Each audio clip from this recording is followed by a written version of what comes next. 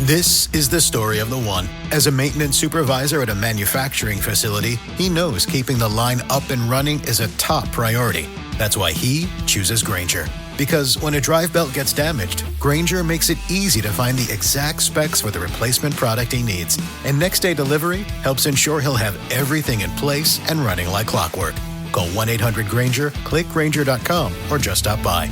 Grainger, for the ones who get it done.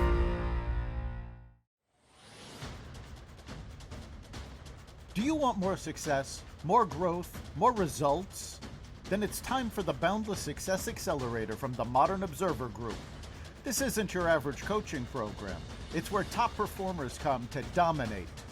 Weekly group sessions, on-demand coaching, a community that's got your back, and a power-packed library of tools to supercharge your business and career. No more excuses, no more waiting. Get in, level up, and start building the life you've been dreaming about. Visit us at modernobserver.com/boundlesssuccess to join today. Let's get you to the next level.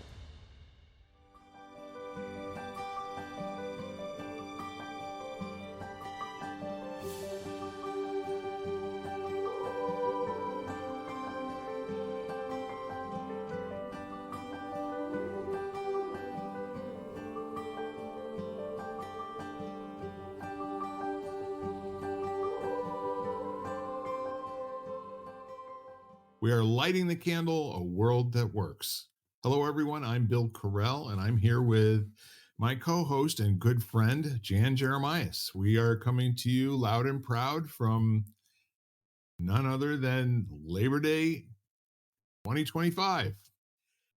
It's really good to be here. It's kind of an interesting vibe for me today and this weekend in general, because I just want to share with you that this would have been my dad's 91st birthday.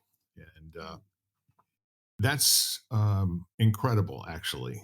We lost him just about 3 years ago, and 2 years ago, it seems. But the thing of it is that we haven't had any 80-year-olds in our family tree pretty much ever. So he's the pathfinder, the groundbreaker, the leader of the pack, and first one actually to get past, I think, 75. But with that in mind, um, it's a good day to be quiet and a good day to be really just kind of mindful of how fortunate I am to be here and to have the luxury of missing him. Um, there are so many mixed memories. We all have bio cabinets full of random recollections, and some good, some not so good, and some, really, really awful, but at the end of the day, you put them all together, and all of those things that have occurred pretty much is what constructed us to be where we are and who we are today. Mhm. So I just wanted to share that with you, like as a place to jump off, because we always do jump off. And that's one of the things that I love about our conversations.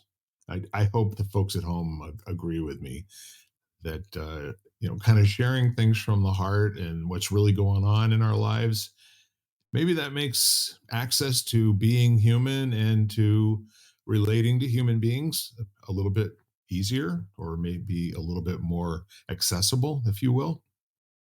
I love that, Bill, and thank you for sharing that. And my I've been thinking about my dad a lot, and because I was reflecting on the fact that it's almost 3 years because my dad died not too long after your father, and he would have been he would have been 94 this year had Yeah. he lived. And it's always interesting. I love what you shared is like because when you remember, it's not only obviously the good memories that come back, it's everything. But it's everything. And all I could think of is, but that's a life, right? It's everything. And that's what's in a way so beautiful about what we remember, because we kind of remember it's um like a buffet of memories that we remember. And like you said, some are really like, are funny, some are very old from when we were a kid or, going through our lives, and some are at the end. And it's just this conglomeration you know, of a human life, or at least a human physical life. I won't go into the afterlife. We could. We could. I know we could, but we That would strain the boundaries of authenticity, wouldn't it? probably. But yeah. And I think it took me a long time to kind of come to a place where I realized that it is by your memories that you keep them alive for you. Yeah. Like they are present for you. And I don't think I totally got that maybe until the last like 4 or 5 years. It's almost like I looked at those memories as always making me sad in a way, and I didn't want to be sad, so I avoided them, at different points in my life. But then you realize that it's okay that they're sad, and they're like the funny memories. Like I remember them, they make me giggle, and then I get a little teary, and that's okay because he's not here. Yeah. And as opposed to avoiding, I just feel like I'd rather have that than not remember him at all. Yeah, it's kind of neat, really. Couple of thoughts have occurred to me today. Just what a blessing it is to have had him around, and till I was almost 70 years old. Um, his dad passed when he was 34. Passed in 1968. Um, and I think my dad was just starting to professionally come into his own, where he was moving up in a major corporation, had a lot of responsibilities, was starting to make a little bit of money for the first time in his life, really. Although he had several opportunities to cash in big, working for one of the best grocers in Michigan out of high school. They offered him a partnership, and if he'd have stayed there, he would have been part of what turned out to be about a $3.5 billion corporation.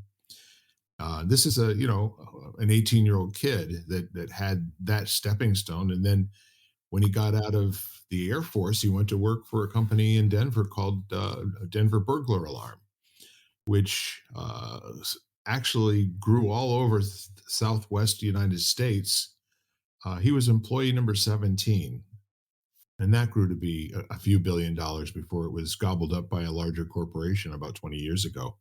I kept track of it a little bit because I always just thought these were neat stories. He was destined for leadership, and for going as far as whatever he had inside him could take him, because he had a high school education, and he said that he got by the skin of his teeth, and he didn't really blossom until he got into the Air Force. And that was when they engaged his mind. He was just so wired, to be an electronics and electrician and all of that sort of thing. And they made a real good start on his education, his growth education in 4 years that he was in the service. So the point that I'm making is that he had a chance to create a rich body of work, many successes, many failures. I mean, almost, to the point where we almost lost him one day. And his dad never really got to see him grow and prosper and get to be somebody that folks admired in a big way in a large organization. And I think that was really what was kind of cool for me, is I got to see him because I worked at EB also for a little while in between my stints in college, and he was a little bit of a character that had a good reputation, and very carefully his name was spoken with reverence when people said it, because he was pretty big. All that said, he worked for that company for just about 30 years. He got there in 63 and he retired in 93. Um, and then he was retired for more years than he worked, in his career, that fulfillment of all he did to get to that point. Now, in his retirement, um, it was kind of an interesting situation because that for me was him basically saying that he would not be like his dad, who worked his whole life, retired from Chrysler in September, and the following February keeled over from a heart attack on his kitchen floor. And the irony of that, was just it was so important for my dad. He set a goal to be retired by the time he was 55 years old. Now, his boss that really took him under his wing and gave him the juice and all of the connections and everything for him to really prosper in that environment. He never retired. The man worked into his 80s, as a consultant to the federal government, all of the prime manufacturers and everything. And he thought the world of my dad, and broke his heart when my dad finally did retire. Not at 50, 55 as he had intended, and he usually was one for accomplishing his goals, but he hung around until he was 58, and then he finally retired. So all of those words, I'm hoping to share, just kind of a little, maybe something that will give you access to thinking of your own dad, or maybe your mom, or a family member of yours in a slightly different way. I can tell you the hardest days of my life, he was involved. The best days of my life, he was involved. And in the end, um, although while things were going on one way or another, I might have wished them away. Um, but now I'm glad that they happened, simply because the full expression of the human condition is to see what happens when things don't work, you know, and what are you made of, when that happens. And I have to tell you, there have been several relatives of mine that have been complete inspiration in that area. He's at the top of the list, and I don't think I could have said that 20 years ago. Mhm. We had a really, really important final chapter together. His last 3 years, I spent a lot of time with him, more time in the 3 years than probably any other 3 years put together. And we grew to a point where there really weren't any walls or boundaries or anything. It was just two people being real with each other. It was also his most vulnerable part of his life as well, because he had, you know, encountered macular degeneration, blindness, about 7 years before. And he really was in a position where if I made a contribution to him by describing and taking him on a long drive and describing what I was seeing and giving him, I called it rolling sighted guide. Uh, and I could get him laughing, and I would relate to stories that occurred around a particular place, and he would be right back there with me, even though he couldn't see a darn thing. Mhm. So, so thank you for letting me air that out. I've been sitting here in the quiet all day. My lovely wife is delivering Amazon packages as we speak. It's all right. I love it. Yeah, I mean, I was taken back to being with my dad over the past, and I would say the past probably 8 or 10 years of his life between he and my mother. I probably had spent more time with them than I had, or maybe the last even more than I had spent for probably the first, 30 plus years of my life. Um, and never, and always treasured it. Like, no matter what was going on, always considered that time very valuable Yeah. to me. My dad was unique, and well, it was unique in the fact that, he grew up in the city. He was the first one of his, I think it was like he was one of the first people of my, like, my grandmother's family anyway. And I think my grandfather's also at that time, who had gone to college. who had, graduated from college, and I think they were extremely proud of him for that. The fact that he had a college degree and he had a master's and almost a doctorate.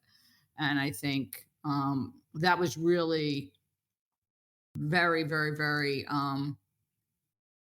very important to him and to them. I mean, my father's father passed away a month after my parents were married, very young. Yeah. So he never saw my father like, and I think about that. I mean, I think, he never met his grandchildren.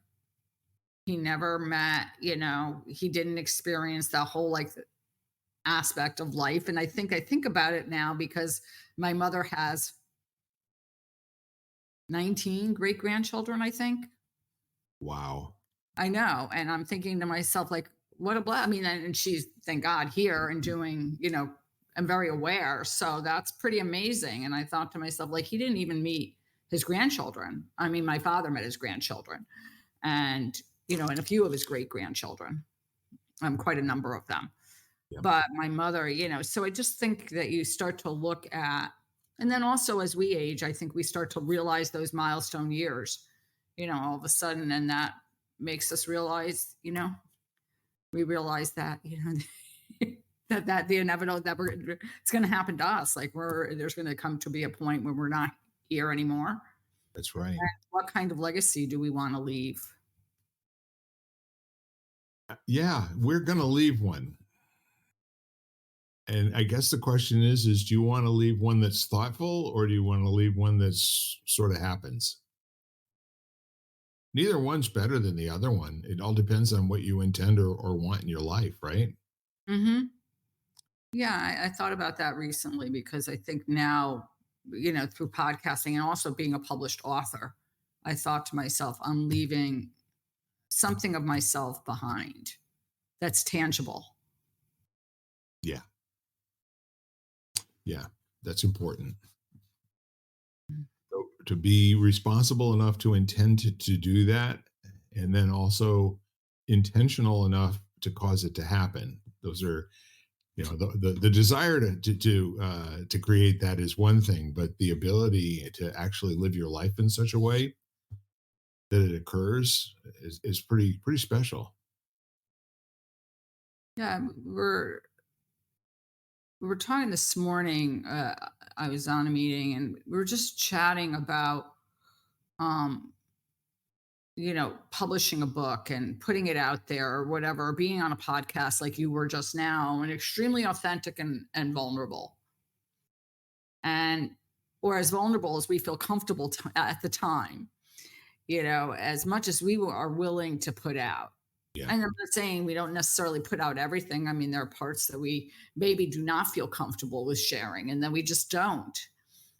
And what happens when we kind of finally get to that point of where we're going to share, and then we think about sharing a little more, and we're like, no, no, no, no, no, that was far enough. I hit the edge of the cliff, and that's about it for now. And not that won't change, because like that might get, you might go there another time, but today that's about as much as I can, I can share with everybody. But it's a really interesting place to be when it's not, first of all, it's not necessarily people, so we put out this podcast. We really have no idea who's going to listen to it. It's different than sharing in a conversation with someone or sharing with some close friends or whatever, because they know you, you know them. In some ways it's great because they don't know you. So there's kind of this anonymity. And then in another way, it's like, oh my gosh, all these strangers know, about me or about my father or whatever it is you're sharing. Yeah, it's interesting to conceptualize our sharing as being authentic or not. And I don't know, I have kind of a litmus test for the difference between sharing and performing. And I think the moment that you notice what you're saying and that it has something other than a special meaning to you while you're saying it, it falls over into that inauthentic performing, kind of arena. And again, there are people who make a great living off of performing authenticity. And we know who they are. They're always, they cry in exactly the same spot in every city when they're standing up and sharing to an audience. Um, and it's intended to derive an effect. However, I think really truly great orators try not to say exactly the same thing that they've said before because it runs out of juice for them, and that's where they have to dig deeper to kind of access what they were feeling the first time there was this authentic reaction of either laughter or tears or whatever it is. So I mentioned that today because the only way that I've ever been able to find to really truly get underneath um, and connect with my own humanity is to dive into those uncomfortable areas. Like you said, the first time you get, within 20 feet of the edge of the Empire State Building, looking down at Manhattan, and the next time you get closer and closer, and then before you know it, it's almost too much for people to hear sometimes. Yeah, I mean, we were talking about that and the fact that like now we're working on the second book and what we'll share in that. And I think, we all came up with this feeling of like what we shared in the first book was quite personal and quite, obviously very authentic and was a lot of our personal stories, almost autobiographical, um, around a theme, and how now it's almost like this: how much deeper do I go? And what do I feel comfortable with, And so it's really interesting to be in that place. And one of the things you talked about, because I get asked a lot if I teach the same class, like if I teach a yoga class in the same day, do I say the same stuff? Or like our conversations. And the thing is that when we're doing them, it's not like we could have another conversation in an hour and it wouldn't be the same conversation. We can't. It's too natural and too like, just going back and forth. And when I teach, I can't do it either. And, my mother once asked me, I said, no way, it would be very easy if I could just go in and like kind of cookie cutter it out and just sit there and say, okay, I'm going. But then I have different people who come into class who are going through different stuff. People Right, come in different moods. It's not like I can literally teach the same class. Like it's just not even possible for me. right. Yeah, I think what you're pointing to, that there are people who take a formulaic approach to executing their life, and there are things that they know that have gotten certain kinds of reactions, and we'll call those tools, okay? But in the end, and I use the word "but" very, very cognitively, okay? I am cognizant of the fact that it is going to negate everything that I just said. I'm going to say, but what they don't realize is it's far less important to have a great tool and far more important to have great skill in executing with any tool. Hmm. It's got to fit the moment. It has Hmm. to fit the listener. It has to get into the listener's world. And then what you were saying, you said one line there, and I don't know if I could, but it was the gist of, let me think of what I was thinking about based on that. Um, yeah, of basically going through your life with a specific, let's say, way you run it. And I think sometimes what ends up happening, because I know this for myself and I've seen this lately, and it's kind of like, is we have certain behaviors which we know, let's say, bring attention to us, whether that be in a relationship. Like we have a particular role we play basically in that, in the way we converse or the way we're used to relating to certain people. Right. And realizing that, and depending on what that role is or what that behavior is, good or bad, it's very interesting to start to examine when you kind of go to that mode and why you go there. And that could be that you are the person who's And it might not be a negative, like, it's not, it might not be a negative behavior. It could be that you are super kind and that you go out of your way for people. Like that just might be your tendency. But the question is, why do you do that? Like, where does it come from? And I think I've been looking at that is like, is it because you're feeling insecure? Or is it because you're trying to, you're a people pleaser? Or is it, and so what is the agenda in a way, not in a bad way, but what is the agenda behind it? And when do you revert to it? I guess when do you go there? Like when do you feel the need to kind of act in that way? So that's a lot, but um I've been sitting there in my spare time. Well, what you're bringing to mind for me is I have a dear friend. I don't know if you know her or not, but this is a woman I think the world of. She has been struggling in pretty much all areas of her life and has taken the time, and she calls it like a rebuilding time. She has the luxury of taking some time out, not having to work at all, and just concentrate on reconstituting who she is on the inside, like really taking a look at different things and taking like how does she view the world, and what does that do in terms of locking her into some things and locking her out of other things. And I think that's what we really want to watch, because when we get into executing formulas, there's only so far you can go. It's like tying your shoelaces together and trying to run, while you're in that delivering a formula mode. You have to be really adapt with, maybe you start with the formula from time to time that gets you to that place where you've got the guts to take a step forward on the top of the Empire State Building, you know however, the execution, that next step and the next step, comes from something new. It's a place you've never been before, so you really do have to conjure your energy from someplace else. And that's why, in terms of thinking of my friend, um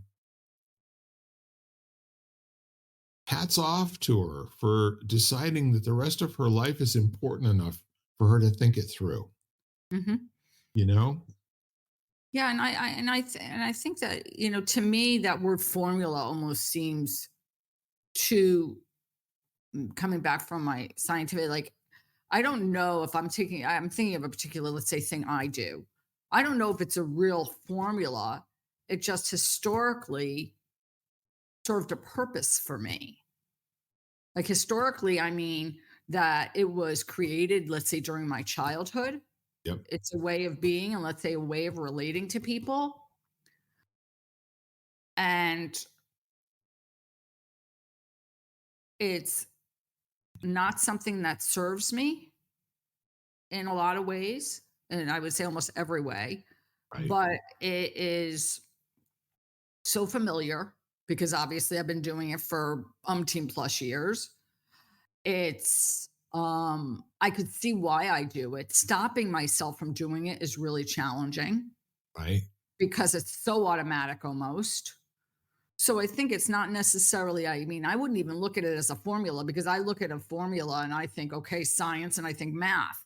I think if it's almost like it is a behavior, it is a behavior within me, which was created maybe when I was 2, 3 years old, 4 years old, which is basically like clothing that doesn't fit anymore. Or I have to choose that. Like I have to decide that it doesn't fit anymore. Yeah. That's really that's really what it is. I have to decide that I'm going to take off this clothing and Yeah. talk about being bare and vulnerable. That's what makes me think of. I have to take off this clothing and maybe feel a little bit exposed. So there's just a lot of richness in what you're talking about, because again, the formulas that you have learned to lean on as a go-to, they become your habits. And those Right. habits become invisible to you. You don't have any idea that you just always seem to punt to the same three steps every time something happens in your life. And you have to really kind of appreciate someone who will sit and say, well, let me see, Jan, how long have you had short hair? What would it be like if you were to allow your hair to grow out, and be shoulder length, or be long enough for you to be able to do neat things like skull braids, or other types of adornments that would be a little bit different and offbeat for you, as opposed to um, being like probably 97% of all the other yoga instructors I've ever met, with short hair. Well, There's I would say that if you were practically speaking, I don't have good long hair. I love long hair. My yeah. hair does not do well long, which is why I have it short. But it's not for lack of wanting long hair. My hair is not cut out for that. And I had long hair for a long time. And but it just does not do well. So I had to, and then now I have people who say, "You have the best head for short hair. Like you have really great short hair." So that's an easy one for me. That's an easy one for me. Even though at some points I'm like, I would really love to grow it out. And then I think about it and I'm like, nah, it just never looks good. But see, Um, here's an interesting perspective. When was the last time you had long hair to be annoyed by it? to be annoyed by it. Well, I mean, it started to get long last week and it was driving me nuts, but that's because it was at the in between stage, and that's Yes. always really hard. Um, the last time I had long hair, I'm trying to think, probably was a few years ago, and it wasn't really long. It was like down to here, like it was like probably top of my, bottom of my neck kind of thing, Right. maybe just enough to pull back. But I had long hair for a lot of years. I mean, growing up, and then I cut it short, and then I grew it out. And so it was probably, at least ponytail length, I mean, it was pretty, but it never did well.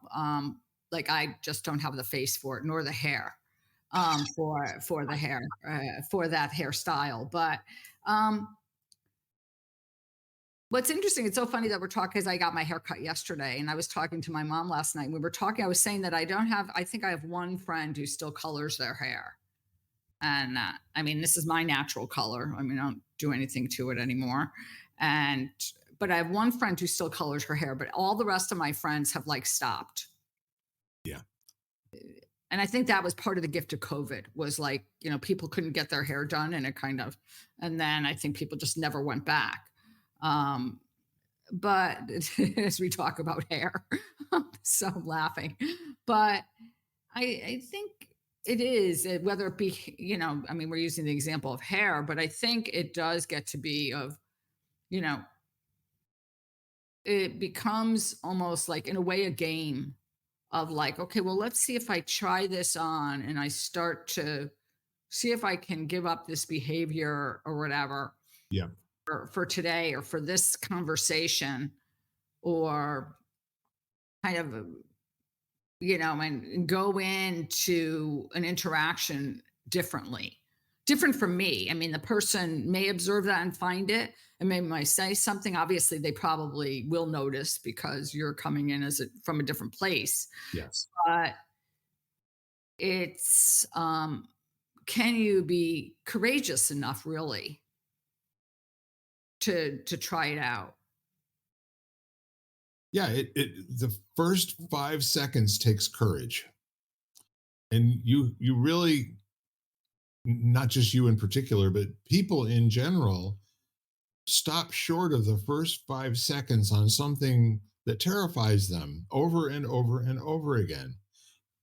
And kind of getting back to what we were talking about before, we were talking about hair.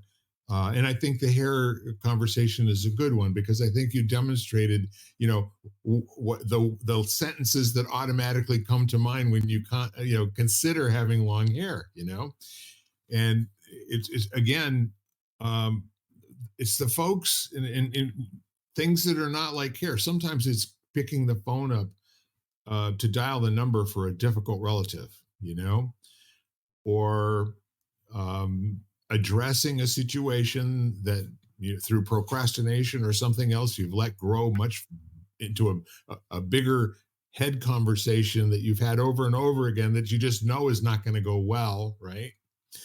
And then you do the call and the other person on the other end has absolutely nothing there to engage what you thought the horribleness of the call was going to be, and you get through it and it seemed to have worked. And how much do we do that in our life where we're constantly waiting until tomorrow or the next day for stuff that we could have had done last week and that would just set us off at a different trajectory in life.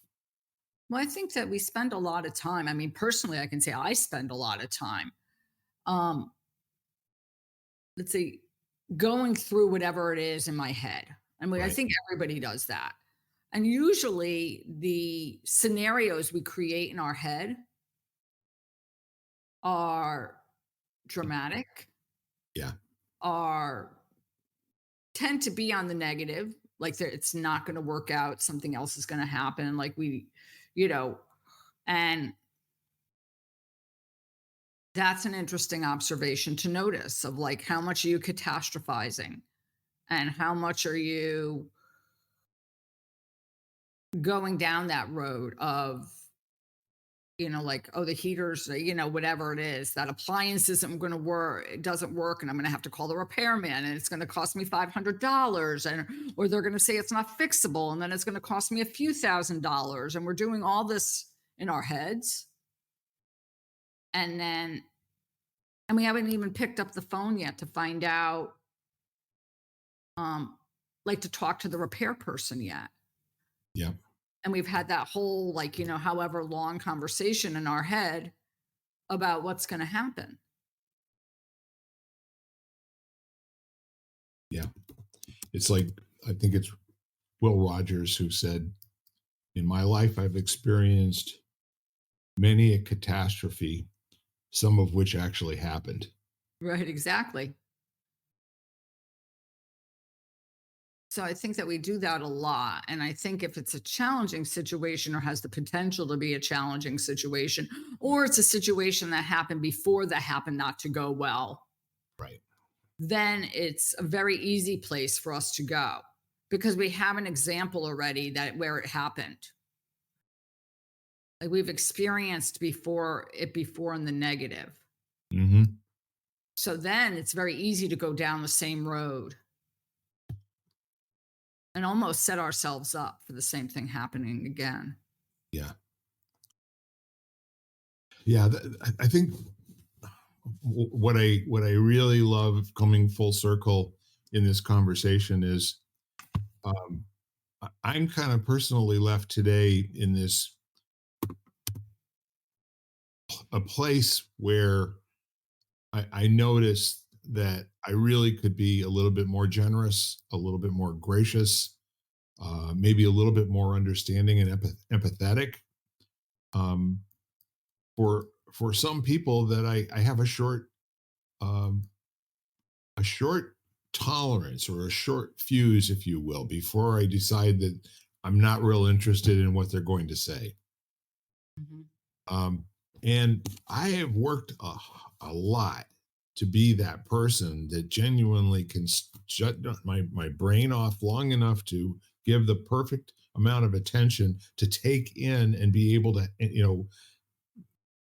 productively give back something, uh, to acknowledge that not only did I listen, but I actually understood or have a question in order to gain more understanding. But damn it, there are just a few people that it wears me out. And I mean, I get that it has nothing to do with them. You know, it's not them. It's my relationship to the thoughts that I have about them. Um, and maybe, sheepishly saying it's an arrogance that I don't behave that way, but damn it, I do. The evidence is there and it's strong. And it's not exactly flattering, for somebody like me that considers, I think, everybody as being valuable and having purpose on the face of the earth. So I think the nice part of it is to notice that that's not only possible, but it does happen. And there are people that also I feel like I only hear from them when they need something. Do you know what I mean? Mhm. I mean, beyond that, their lives are all going other places, and um, but the moment that they really need something, who's their first go-to person? Who's usually going to help out? Mhm. I think that, we all have certain things that, let's say, we find challenging to listen to, or challenging to kind of be around. Um and some of that, I don't know that, let's say, my reaction to that is necessarily in some ways wrong. I mean, I believe they need, and I'm glad to give an example. Like, I have a hard time listening to people, let's say, complain about their health and then not do anything about it. Right. And I'm not talking about one time. I'm talking about over and over and over again, and giving someone options and them saying that won't work. Like, Yeah. it's not, they haven't really even listened to me, and it's not the fact that they're listening to me or not listening to me. I think it's the fact that they won't try anything. And I have a really hard time, like, listening to that over and over and over again. Yes. And some of that is me, and some of it is them, and the fact that all they do is complain. And, so I don't know that it's that, like, some of it is my reaction, but some of it is their reaction, and the fact that they don't try anything. Like, they really believe that nothing is going to work. Right. And so I think, it's kind of both in a lot of ways. Yes. And so, yeah, I get what you're saying. And then there are those people who the only time they acknowledge you is when they need something. Right. So what I love about what you're saying is that each of us has this propensity to have two opposite extremes, almost like the front of the hand and the back of the hand. Like there's two major gears that we work, and one is being consummate artists at the ability to engage people in a complaint, um, and kind of coerce them or something else over and over and over again, that there's something wrong with you because you keep doing something wrong with the world because the world keeps giving this outcome to you, um, and they get something out of it. They get the feeling that they got listened to, maybe got a little bit of sympathy or whatever it is. And then on the other side, it's where it just kind of turns into the opposite gear, which is to be engaging and charming and lovable and smiling and all the rest of that stuff, but not a lot of grays in between. And the thing of life is to be engaged with people where you're getting muscle in the gray areas, or people who will basically say, when you're complaining over and over about something that you're not doing anything about, that somebody says, you might want to stop telling me about that because there's no juice here left for you. I see you as being your own pain in the butt, so either do something about it, or please don't bring it up in front of me, because I have no interest in hearing you say it over and over again when I see all you have to do is take one step forward and stop with this self-talk. Hmm. So good friends will do that for you. Hmm. If you're adopting a kind of a, like my mother used to be a what I called she had a conditional drawl. When she was speaking with folks, she would slide into a Southern thing, or slide into a Midwestern thing, or slide into an educational thing, or whatever. And it was like, she just wanted to be loved and be included. But it was her formula for coming across as somebody who fits in. And she had no idea she did it. Hmm. I love it. But I'd see her around different groups of women, and then all of a sudden she was just a different person. And it's like, I asked her about it one day, and I said, do you know? And she goes, yeah, it's a problem. Well, actually, I don't, in some ways I don't really know that it is, because I think we come to every conversation basically, like, we are not the same with every single person that we have in our lives. Like, we have different sort of roles we take with different people. Yeah. And that's, we have different, and I think that's part of the gift of like sort of like almost like not a chameleon in a bad way. It's not like you're being inauthentic. You just have different things or different things you say to different people and different ways you present yourself and everything. That's just the way we are. But I do love the fact that first of all that I can just imagine your mother. So I have this image in my mind now of like her convert, like her reverting. You would have loved her. She was a pain in my backside, but you would everyone loved her. I would have loved her. No, I'm kidding. My mother, everybody loves. I mean, my mother is just such a, she's just a really super nice person. She just really is. But it makes me smile. But I can just see your mother. I was just like, just I'm taking on like, like those accents are taking on different images in my head, kind of thing. Like you put on a different hat, and yeah, have a different, a different accent or different drawl. But there's something really special about that though, because Yeah. she was, but I love what you shared about when you're with somebody and if they, I'm not like, you're not going to get anything. Like if you're looking to complain to me, you're not going to get what you want out of that. Like I have really nothing to offer you. Yeah. And I think and I like that. Yeah. And it's when they're on a roll, it kind of ticks them off for you to say, well, what do you think you need to do? Or why do you think that this is persisting for you after 25 years? Why is it the first time that we meet each other after a long period of time, the first thing in the conversation is for you to bring this up? Oh, do I do that? Well, maybe you do. It kind of seems like maybe you do. Well, maybe you didn't know. No, I didn't know. So, yeah, let me take a look at that. Somebody who gives a good rap is going to respond that way. Somebody who's just interested in getting and being the center of attention wherever she goes will continue to do everything she's always done to be the center of attention wherever she goes. Yeah. And, and then I think as we talk about conversations, I mean, I think you just have,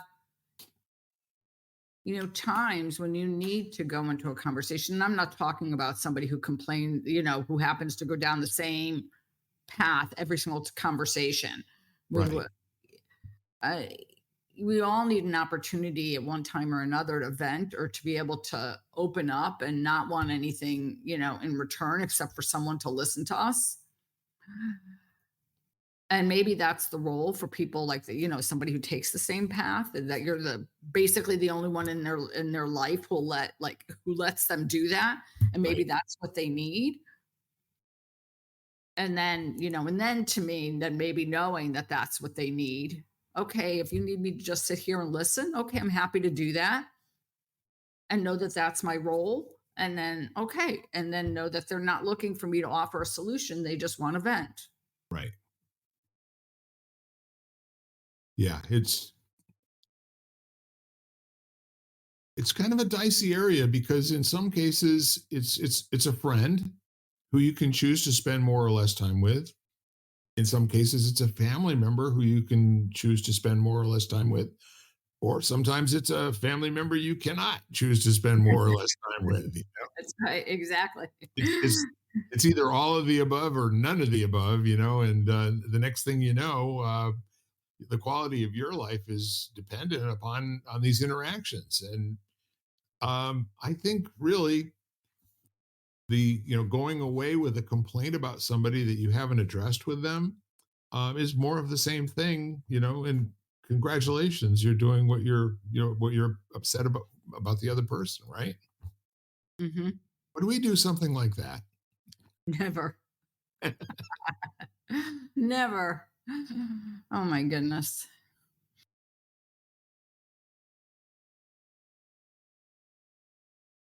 Well, I want to declare something right now, and it occurs to me right in this moment, and I just want to I want to share. Um, I do acknowledge you for the strength of character, um, your purpose in life, and how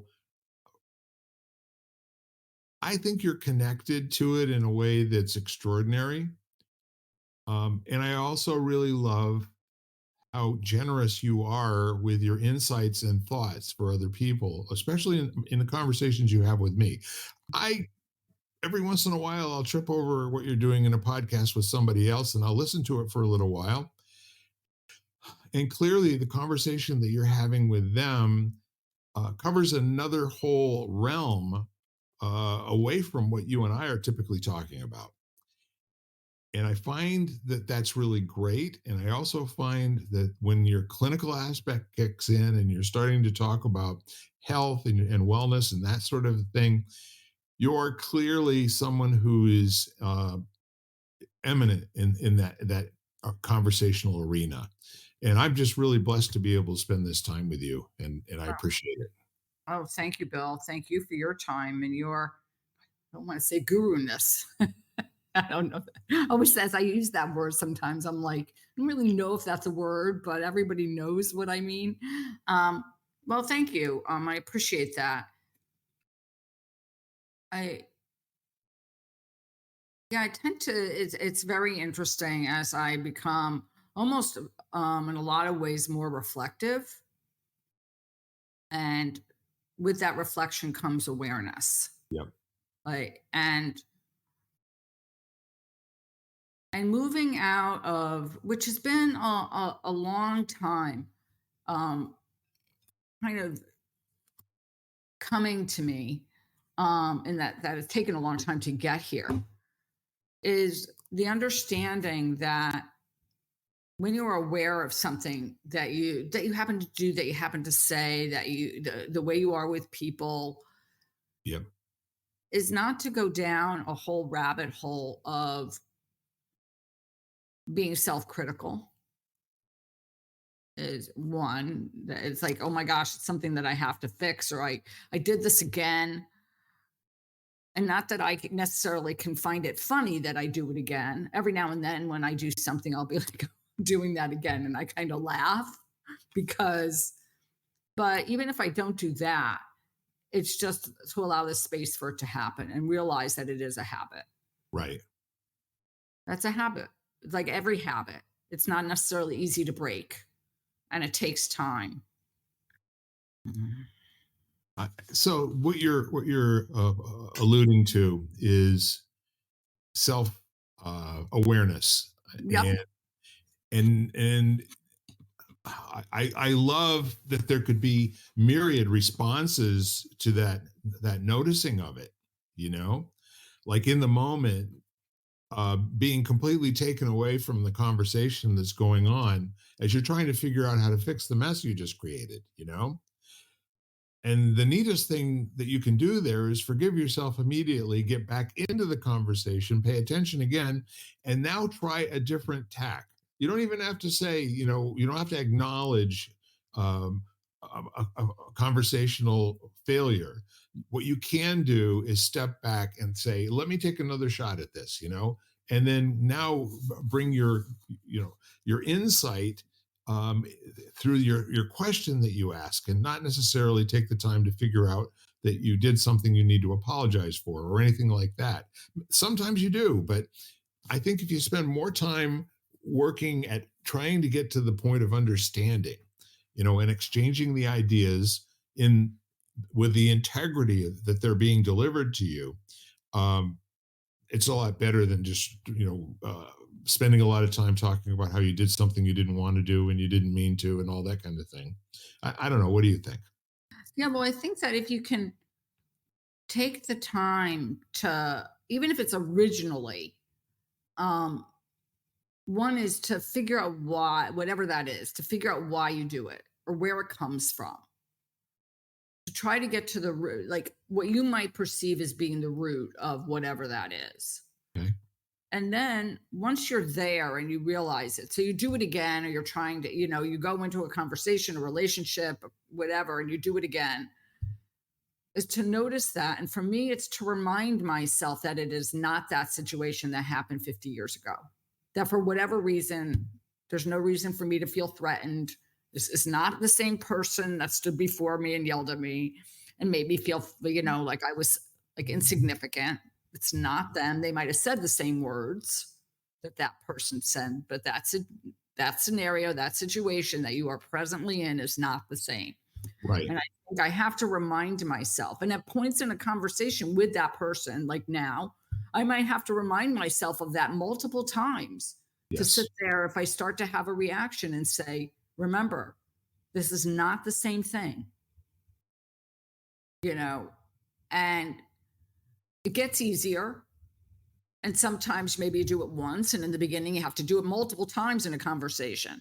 And Right. yes, you might get a little distracted because in your head, all of a sudden you've left because you're back there 30 years ago, wherever, you went back to eons before when you were like in this really horrible situation, or maybe just, you were embarrassed, for during something. Yeah. Or maybe you have a reaction that you don't completely understand, but it takes you out of Right. the conversation. Right.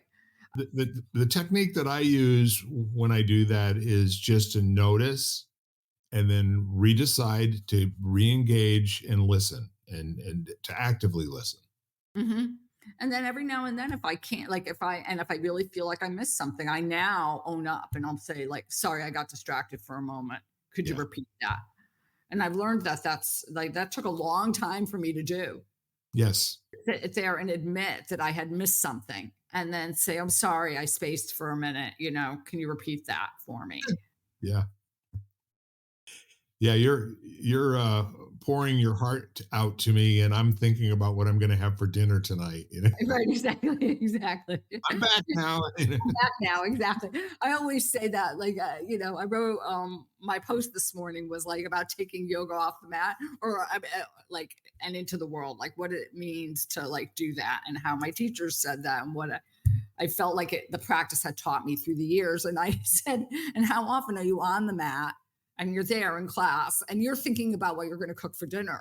You're not present. Like you're thinking about like, oh my gosh, when I get done with this class or when I get done with this practice, I've got to do this, this, this, and this. And then all of a sudden it's okay, come back. Like guide yourself back, put on those like for a moment, put the brakes on your brain and come back. Yeah, I can tell you, off and on for the last year, I've been doing chair yoga pretty much every day.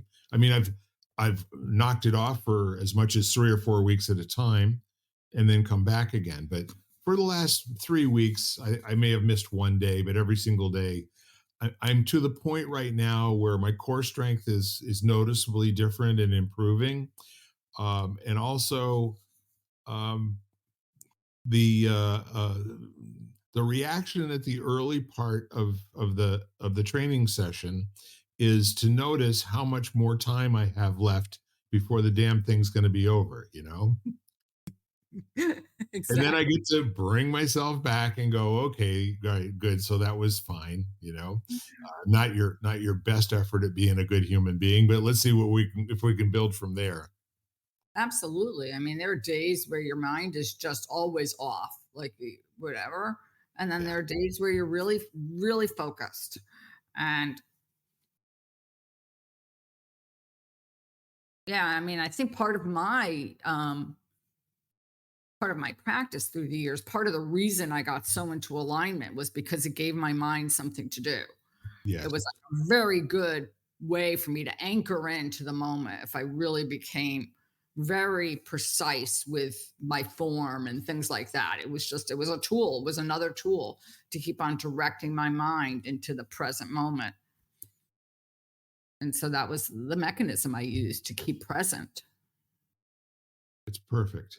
Um, I think any little tip that we can give people in terms of leaving a bread trail, back to being on the active, responsive, engaged part of your life is probably a kind of a cool little tip. And I just want to caution everyone, it's something to try on and see if it fits for you, and maybe engage it and then improve it and increase its abilities in your life.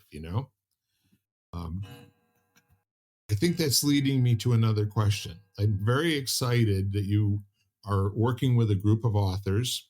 You've completed a book, and we are inviting these other folks to be our guests and engage with us over the next several weeks. So, would you like to say a few things about that? Sure. Yeah, I'm really excited. So, we're seven of us. I'm not sure. I think at least six of us will come on and do an episode. Um, who got together and wrote a book called Simply Becoming. Right. And it's a beautiful, beautiful um, compilation of stories of each one of our stories and how we came into this kind of philosophy of living simply and what that meant for each of us. Right. And we're all from different parts of the world, different ages, different genders.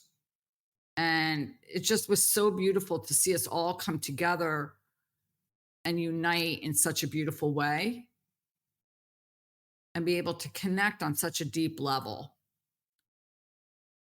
And so, yeah, it's been an amazing, amazing journey together. And so now we're moving on to our next book, which is going to be called Simply Belonging. And we'll see where that goes. But it's been a beautiful, just extension. And I think it was so beautiful because we were from different parts of, to me, we were from different parts of the globe. And yet we all came together with very much the same beliefs and same philosophies on life and views of success and connection and Mm, basically being a human being. thank you. That's a nice heads up. We've got great things coming, ladies and gentlemen. So I think we're at that point where it's a good point for us to kind of wrap. A few summarizing thoughts for today's conversation, Jan. Um, yeah, I wanted, first of all, I wanted to go back to how we opened, which was honoring your dad.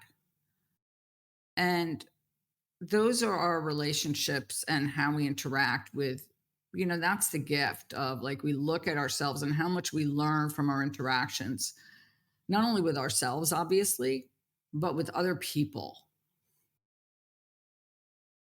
And, someone like a parent or another person who's in your life for so many years is such a gift and a mirror to our experiences. And so I look at that, like I look at you and then the way you describe him, and it reveals more to me about you as a person as you share that story with us. Mm, And it's a way for you also to remember him. thank you. You're welcome. So here we are, ladies and gentlemen. I don't know if you can tell, but I genuinely love Jan Jeremias, and I can feel the love from you too, my friend. Absolutely, Bill. So I think with that in mind, I'd like to just wrap with our usual invitation to you. Please take the opportunity to reach out to someone in your life.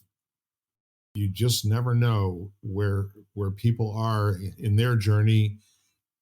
And I can tell you, recently I had an experience with a story about someone who was actually saved by a person who took the time to help them pick their books up off the ground and walk them home. Um, so I'm going to tell you that there are people that you will never know where they are in the world, and you can't tell them too often how important it is to you that they are in the world. That because they are in the world, your world works. So please do that. And I'd like to just leave you with this final thought for today. Today is Labor Day. Perhaps you can take a few moments and you can ponder those times during the rest of the year where you were wondering whether it was worth it, where you were wondering if it would ever end. And it did, or it didn't.